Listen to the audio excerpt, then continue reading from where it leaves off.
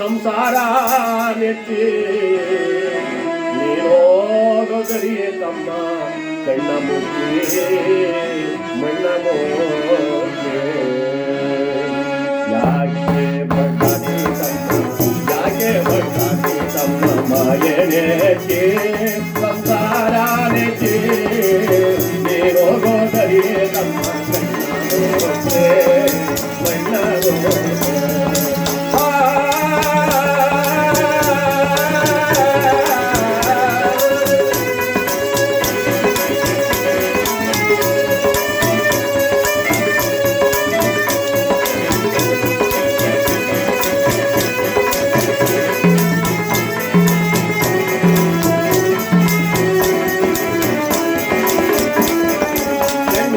ಮಕ್ಕಳಿರುವರು ತಮ್ಮ ಎಲ್ಲಿ ತನಕ ಎಂದು ಮಕ್ಕಳಿರುವರು ತಮ್ಮ ನಿನ್ನ ಎಂದು ಮಕ್ಕಳಿರುವರು ತಮ್ಮ ಎಲ್ಲಿ ತನಕ ಇದ್ರೆ ತಿಂಬೋ ತನಕ ಇದ್ರೆ ತಿಂಬೋ ತನಕ ಸತ್ತಾಗ ಬರುವ ತಮ್ಮ ಸತ್ತಾಗ ಬರುವ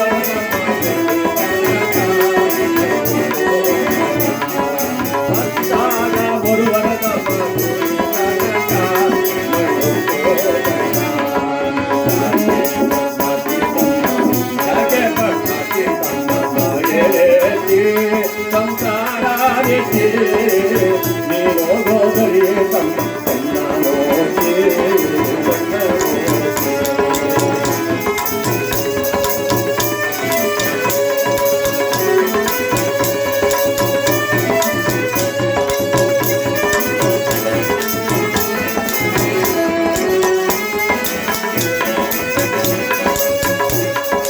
ಹೆಣ್ಣುವನ್ನು ಮಣ್ಣು ನಿನ್ನದು ಎಲ್ಲಿ ತನಕ ಹೆಣ್ಣುವನ್ನು ಮಣ್ಣು ನಿನ್ನದು ಎಲ್ಲಿ ತನಕ ಬದುಕಿ ಬೆಳೆಯೋ ತನಕ ಬದುಕಿ ಬೆಳೆಯೋ ತನಕ ನಿನ್ನಾತೆ ಪ್ರಾಣ ಭಕ್ತಿ ಹಾರೋ ತನಕ ನಿನ್ನಾತೆ ಪ್ರಾಣ ಭಕ್ತಿ ಹಾರೋ ತನಕ ನಿನ್ನ ಕೊರಳಿಗೆ ಕುಂಟೆ ಬೀಳೋ ತನಕ ನಿನ್ನ ಕೊರಳಿಗೆ ಕುಂಟೆ ಬೀಳೋ ತನಕ ಯಾಕೆ ಬಡ್ದಾಟಿ ತಮ್ಮ ಮಾಯನೇತಿ ಸಂಸಾರನೇತಿ ನೀನೋಗೋದರಿಯೇ ತಮ್ಮ ಕಣ್ಣ ಮೋಚಿ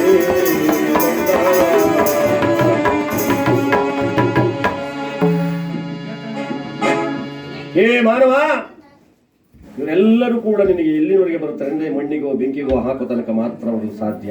ಅದೇ ಮಾತಿಕೊಂಡು ಕಾಪಾಡ್ತಕ್ಕಂತಾರೆ ಯಾರು?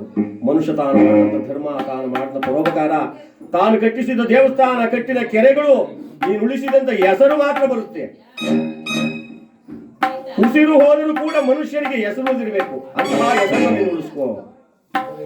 ಕಲೆ ಕಾಮ, ಕ್ರೋಧ, ಲೋಭ, ಮೋಹ, ಮದ, ಮಾತ್ಸರಿ ಅಂತಕ್ಕಂಥ ಶೆಡ್ಗಳನ್ನು ಕಳೆದು ಹಾಕ್ಬೇಕು. ಪರಸ್ತ್ರೀಯರ ನಕ್ಕ ತಂಗಿಯರಂತೆ ಭ್ರಮಿಸೋ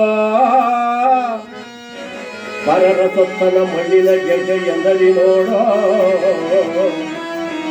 ಪರಸ್ತ್ರೀಯರನ್ನ ಬೇರೆಯವರ ಹೆಣ್ಮಕ್ಕಳನ್ನ ಕಂಡಾಗ ಒಡ ಹುಟ್ಟಿದ ಅಕ್ಕ ತಂಗಿ ರೂಪ ಆದ್ರೆ ಭಾವಿಸ್ಬೇಕು. ಇದೆಲ್ಲ ಆಗಿನ ಕಾಲದ ಮಾತು, ಈಗಿನ ಕಾಲದಲ್ಲಿ ರುಚಿ ಆಗಲ್ಲ. ಅಣ್ಣನ ಜೊತೆ ತಂಗಿ ಹೋಗ್ತಾರೆ, ಇಲ್ಲೇ ದಿನ ಬಿಟ್ಟು ತೋರ್ತಾರೆ. ಇವರಿಬ್ರು ಒಳ್ಳೆ ಜೋಡಿ ಕಣೋ, ಒಳ್ಳೆ ಪಕಡ ತತ್ತ ಜೋಡಿ. ಅಣ್ಣ ಯಾರು ತಂಗಿ ಯಾರು ಅಂತ ಯೋಚನೆ ಮಾಡಲ್ಲ. ಏನು ಬೇಕಾದ್ರೂ ಮಾತಾಡ್ಬಿಡುವುದು. ಅತ್ತಿಗೆ ಯಾರು, ತಾಯಿ ಯಾರು, ತಂಗಿ ಯಾರು ಅಂದ ಮೇಲೆ ಅಂತಹ ದುರ್ನಡತೆಗಳನ್ನು ದೂರ ಮಾಡಿ ಈಗದಲ್ಲಿ ಕೀರ್ತಿಯನ್ನ, ಪರದಲ್ಲಿ ಸದ್ಗತಿಯನ್ನು ಕೊಡ್ತಕ್ಕಂಥ ಆ ಪರಾಪರ ವಸ್ತುವಾದಂಥ ಭಗವಂತನನ್ನ, ಆ ಅಖಿಲಾಂಡ ಕೋಟಿ ಬ್ರಹ್ಮಾಂಡ ನಾಯಕನನ್ನ, ಈ ಕಲಿ ಪುರುಷ ಮಹಾನುಭಾವ, ಇವನ ಚರಿತ್ರೆಯನ್ನ ನಾವು ಹಾಡಿ ಹೇಳಿ ನಿಮ್ಮೆಲ್ಲರಿಗೂ ಕೇಳಿಸುವುದಕ್ಕೂ ಹಾಡುವುದಕ್ಕೂ ಕಾರಣಕರ್ತರಾಗ್ತಕ್ಕಂಥ ಯಜಮಾನರಷ್ಟು ಗೊತ್ತಾಗಲಿಲ್ಲ. ರಂಗಪ್ಪನವರು, ಅವರ ಸುಪುತ್ರರಾಗ್ತಕ್ಕಂಥ ಗಂಗರಂಗಪ್ಪ, ಗಂಗರಂಗಯ್ಯ ಶ್ರೀನಿವಾಸಯ್ಯ ಹಾಗೂ ಅವರ ಧರ್ಮಪತ್ನಿ ಆಗ್ತಕ್ಕಂಥ ಗಿರಿಜಾಂಬಿಕಾ ಶೋಭಾರವರು ಋಣಾನವನ್ನು ರೂಪೇಣ ಪಶುಪತ್ನಿ ಸುತಾಲಯ ಅಂತ ಹೇಳ್ತಾರೆ. ಋಣ ಯಾವುದಕ್ಕೂ ಋಣ ಬೇಕು.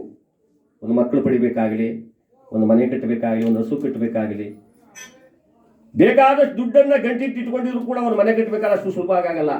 ಆ ಮನೆಯಲ್ಲಿ ವಾಸ ಮಾಡತಕ್ಕಂಥ ಋಣ ಬೇಕು. ಅಂತಹ ಗೃಹವನ್ನು ನಿರ್ಮಾಣ ಮಾಡಿ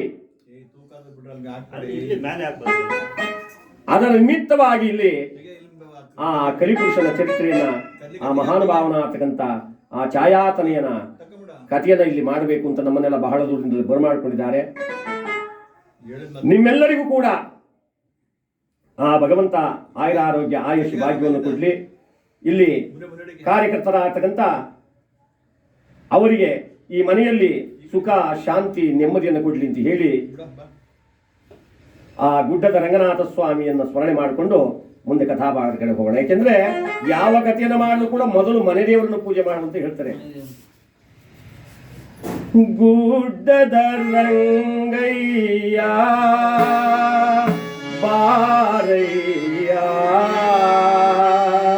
ದಿನರ ಮೋರೆಯ ಹಾಲಿದೋ ದೇವ ರಂಗ ಗುಡ್ಡದ ರಂಗಯ್ಯ ಬಾರಯ್ಯ ದಿನರ ಮೋರೆಯ ಹಾಲಿದೋ ದೇವ ರಂಗ ಗುಡ್ಡದ ರಂಗಯ್ಯ.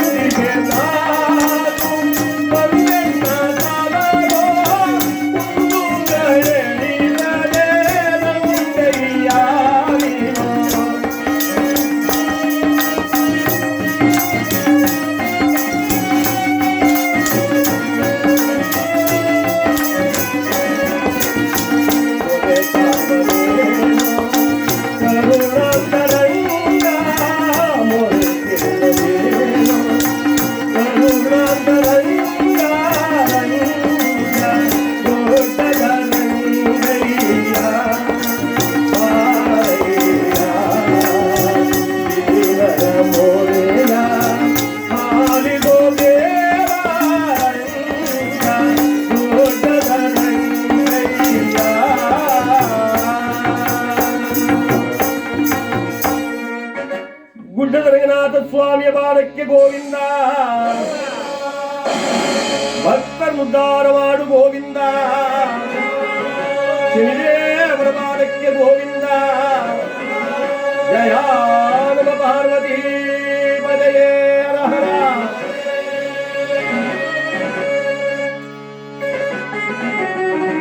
ಮನೆ ದೇವರಾದ ಗುಡ್ಡದ ರಂಗನಾಥ ಸ್ವಾಮಿ ಈ ಮನೆಯಲ್ಲಿ ಸುಖ ಶಾಂತಿ ನೆಮ್ಮದಿ ಸದಾ ನಲಿವಂತೆ ಮಾಡಲಿ ಅಂತ ಹೇಳ್ತಾ ಈಗ ನಾವು ಕಥಾಭಾಗದ ಕಡೆ ಬರೋಣ.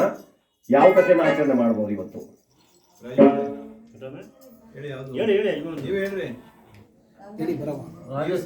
ನಮಗೆ ಬರ್ತಕ್ಕಂಥ ಕಥೆಗಳು ಅಂದ್ರೆ ರಾಜ ವಿಕ್ರಮ, ರಾಜ ಸತ್ಯರ್ವತ, ನಲ್ಲಾತುಂಗದೈವಿ ಅಥವಾ ಶನಿ ಪ್ರಭಾವ, ಭಕ್ತ ಪುರೂರವ, ಭಕ್ತ ಮಹಂದಾತ, ರಾಮಾಯಣ ಭಾಗವ ಜಟಾಯ್ ಮೋಕ್ಷ, ಶ್ರೀರಾಮ ಜನನ, ದಶರಥ ಕಲ್ಯಾಣ, ಗಣೇಶ ಮಹಿಮೆ, ಬಸವೇಶ್ವರ ಜನನ, ಶ್ರೀರಾಮರ ವೈಕುಂಠಾರೋಹಣ, ಶ್ರೀ ಹನುಮದ್ ವಿಲಾಸ. ಇಷ್ಟು ಕಥೆಗಳಲ್ಲಿ ಈ ದಿವಸದಲ್ಲಿ ತಾವು ಯಾವುದನ್ನು ಕೇಳ್ತೀರೋ ಅದನ್ನು ಮಾಡಲು ಸಿದ್ಧವಾಗಿದ್ದೀವಿ. ಹಿರಿಯವರು ಹೇಳಿ.